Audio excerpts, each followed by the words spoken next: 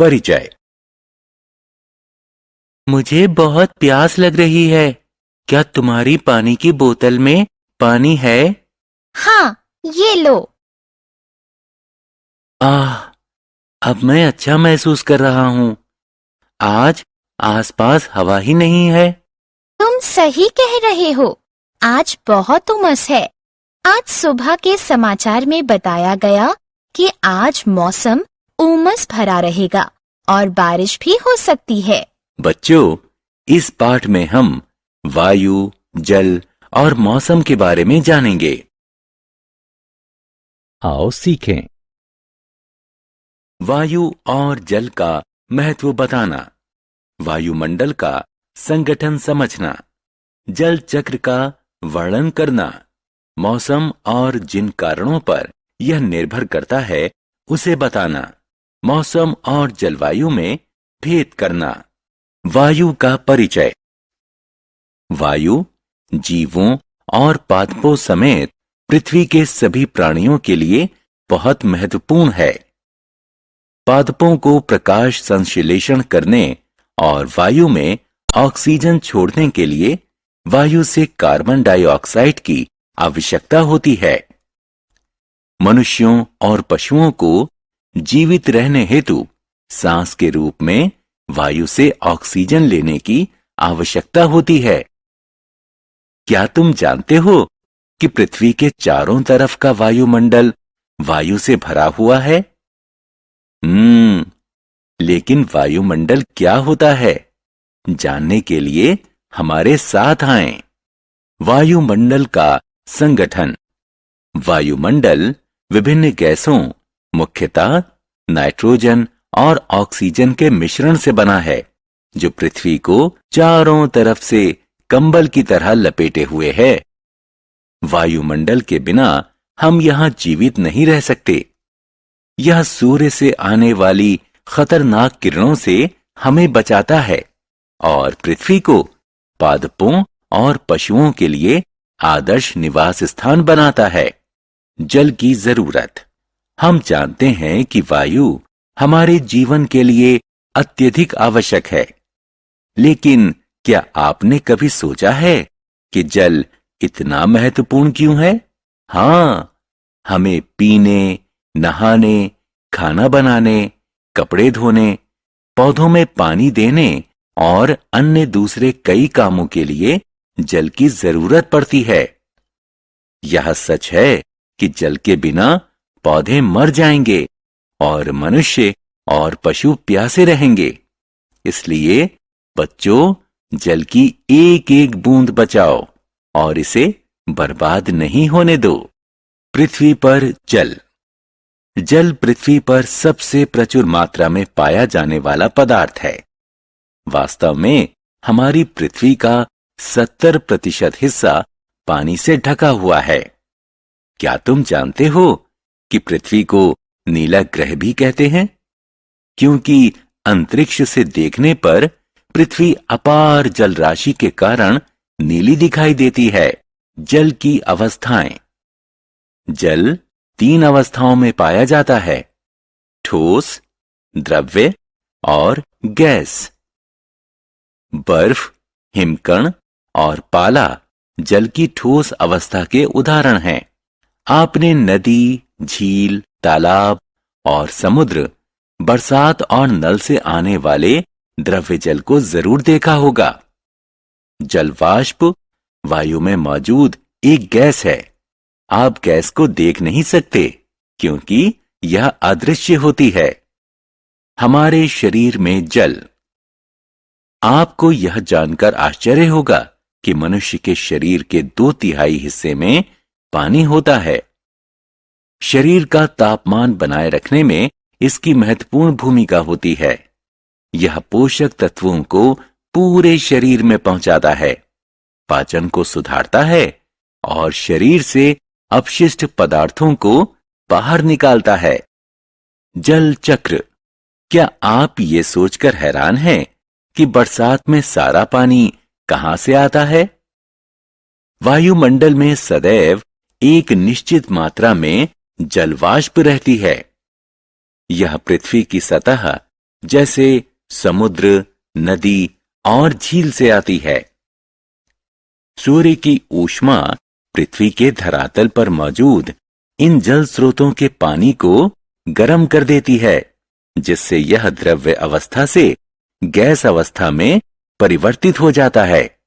इस प्रक्रिया को वाष्पीकरण कहते हैं।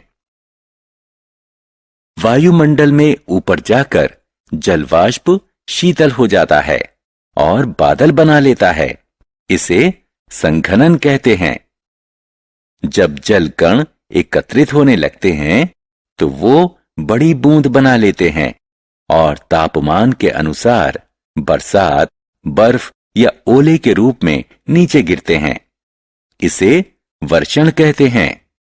अंततः पानी जल स्रोतों तक पहुंचता है और एकत्रित होता है। आप देख सकते हैं कि जल लगातार धरती से वायु और फिर वापस धरती तक एक चक्र में चलता रहता है। इस प्रक्रिया को जल चक्र कहते हैं। इसलिए बच्चों, हमारे धरती से जल कभी खत्म नहीं होगा। मौसम क्या है? क्या आपने आज मौसम की भविष्यवाणी देखी? नहीं? मौसम क्या होता है? मूलतः किसी निश्चित समय और स्थान पर वायुमंडल की स्थिति को मौसम कहते हैं। मौसम कई कारणों जैसे तापमान, आर्द्रता और वायु दाब पर निर्भर करता है। आइए इन कारणों के बारे में जानें। मौसम की तापमान पर निर्भरता। संभवतः हम सभी जानते हैं कि तापमान वायु की ठंडी या गर्मी का माप होता है। यह इस बात पर निर्भर करता है कि सूर्य से इसने कितनी ऊर्जा ली। तापमान को तापमापी नापक यंत्र की सहायता से मापते हैं और इसकी गणना डिग्री सेल्सियस और डिग्री फ़ारेनहाइट में करते हैं। मौसम की आर्द्रता पर निर्भरता। मौसम को प्रभावित करने वाला अन्य कारक आर्द्रता है। वायु में मौजूद जल वाष्प की मात्रा को आर्द्रता कहते हैं। हां, हमारे आसपास मौजूद हवा जल से भरी होती है। आप आमतौर पर झीलों, समुद्र, नदियों और पेड़ों से पानी के वाष्प बनते देख सकते हैं। जब आर्द्रता बढ़ जाती है तो हमें पसीना आता है और हम चिपचिपाहट और असुविधा महसूस करते हैं। जब वायु में आर्द्रता 100% के करीब पहुंच जाती है तो वायु बहुत ज्यादा वाष्प नहीं रख पाती और यदि उस स्थान पर तापमान गिरता है तो जल वाष्प अपने मूल द्रव्य स्वरूप में वापस आ जाते हैं। संघनन जमीन के पास होता है, जिससे कुहासा और कोहरा उत्पन्न होता है। वायुमंडल में बहुत ऊंचाई पर बादल बनते हैं। अंततः बादलों से पानी बरसात, बर्फ या ओले के रूप में धरती पर वापस आ जाता है। मौसम की वायुदाब पर निर्भरता। आगे क्या?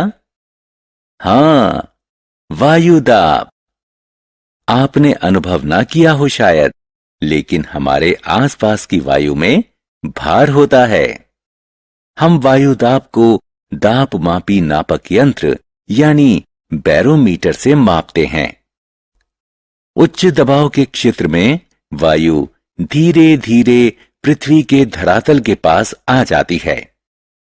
उच्च दाब वाले क्षेत्र में साफ धूप वाला मौसम रहता है। निम्न दाब वाले क्षेत्र में वायु वातावरण में ऊपर उठ जाती है। निम्न दाब वाले क्षेत्र में उच्च आर्द्रता, बादल, बरसात और दूसरे तरह के अवक्षेपण होते हैं। जलवायु क्या है? क्या मौसम और जलवायु एक ही हैं? नहीं। किसी क्षेत्र में लंबे समय तक रहने वाले मौसम से उस क्षेत्र की जलवायु का निर्धारण होता है। उदाहरण स्वरूप, भूमध्य रेखा के करीब के क्षेत्र में गर्म जलवायु होती है और ध्रुवों के नजदीक ज्यादा ठंडी जलवायु होती है। बच्चों, अब आप मौसम और जलवायु में आसानी से अंतर कर सकते हैं। हमने क्या चर्चा की? मनुष्यों और पशुओं को जीवित रहने हेतु सांस के रूप में वायु से ऑक्सीजन लेने की आवश्यकता होती है। वायुमंडल विभिन्न गैसों, मुख्यतः नाइट्रोजन और ऑक्सीजन के मिश्रण से बना है, जो पृथ्वी को चारों तरफ से कंबल की तरह लपेटे हुए है। हमें जल की एक एक बूंद बचानी चाहिए और इसे बर्बाद नहीं होने देना चाहिए। शरीर का तापमान बनाए रखने में जल की महत्वपूर्ण भूमिका होती है। यह पोषक तत्वों को पूरे शरीर में पहुंचाता है, पाचन को सुधारता है और शरीर से अपशिष्ट पदार्थों को बाहर निकालता है। जल के लगातार धरती से वायु और फिर वापस धरती तक आने की प्रक्रिया को जल चक्र कहते हैं। निश्चित समय और स्थान पर वायुमंडल की स्थिति को मौसम कहते हैं। वायु में मौजूद जल वाष्प की मात्रा को आर्द्रता कहते हैं। किसी क्षेत्र में लंबे समय तक रहने वाले मौसम से उस क्षेत्र की जलवायु का निर्धारण होता है।